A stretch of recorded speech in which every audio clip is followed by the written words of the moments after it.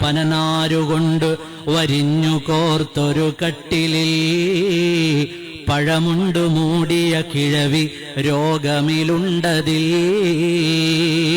മഹാനായ തഴവ ഉസ്താദ് രേഖപ്പെടുത്തുകയാണ്, അതേ ഒരു പഴയ കട്ടിലിൽ പഴമുണ്ട് മൂടിയ രൂപത്തിൽ പഴയ തുണി കൊണ്ട് ശരീരം മൂടിയ ഒരു കിളവി കിടക്കുകയാണ്.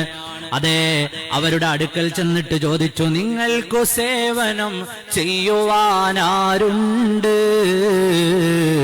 അതിനുത്തരം, എനിക്ക് സൃഷ്ടാവുണ്ട്. നിങ്ങൾക്ക് ആരാണ് ഖിദ്മത്ത് ചെയ്തു തരുന്നത്? നിങ്ങൾക്ക് ഏതെങ്കിലും ഒരു സേവനം വേണമെങ്കിൽ അതാരു ചെയ്തു തരും? ആ ഉമ്മ പറഞ്ഞു, എനിക്ക് അല്ലാഹു ഉണ്ട്, അല്ലാഹു ആകുന്ന രക്ഷിതാവുണ്ട്. എന്ന് മാത്രമല്ല, അവര് പറയുകയാണ്, രോഗത്തിലായി കിടപ്പിലായ സമയം മുതൽ ആരോ ഒരാൾ എന്റെ അടുക്കൽ വരികയാണ്. എല്ലാ രാത്രിയിലും ഒരാൾ എന്റെ അടുക്കൽ വരും. എന്നിട്ടോ ഞാൻ കാഷ്ടിച്ചിട്ടുള്ളതും മൂത്രിച്ചിട്ടുള്ളതും എന്റെ എല്ലാ നജസ്സുകളും നീക്കം ചെയ്ത് എന്റെ ശരീരം വൃത്തിയാക്കി എനിക്ക് വേണ്ടതെല്ലാം ചെയ്തു തന്ന്, എനിക്ക് ഭക്ഷണം തന്ന്, എനിക്ക് നല്ല മനോഹരമായ വർത്തമാനം പറഞ്ഞു തന്നിട്ടൊരാൾ ഇവിടെ നിന്ന് രാത്രിയിൽ യാത്രയാകും. ആരാണെന്ന് എനിക്കറിയില്ല. ത്വൽഹ റളിയല്ലാഹു അൻഹുവിന്റെ കണ്ണിൽ നിന്ന് കണ്ണീര് വരികയാണ്.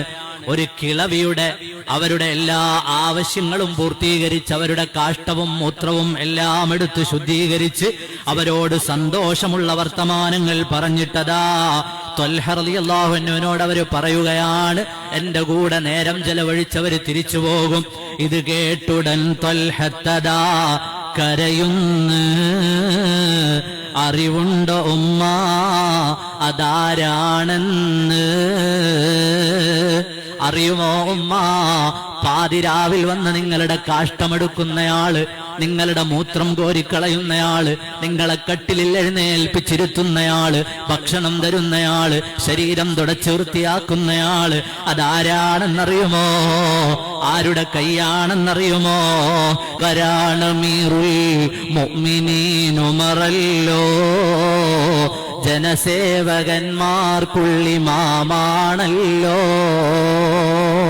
ഉമ്മ, നിങ്ങളുടെ അരികിൽ വന്നിരുന്നിട്ട് നിങ്ങളുടെ എല്ലാ കാര്യങ്ങളും ചെയ്തു തരുന്നയാൾ സയ്യിദുനാ ഉമർ ഇബ്നുൽ ഖത്താബ് റളിയല്ലാഹു അൻഹു ആണ്. കിസ്റയും കൈസറും മുഖൗഖിസും ലോകത്തിന്റെ അധികാര കേന്ദ്രങ്ങൾ മുഴുവനും പേര് കേട്ടാൽ വിറക്കുന്ന മദീനയുടെ ഭരണാധികാരി അമീറുൽ മുഅ്മിനീൻ.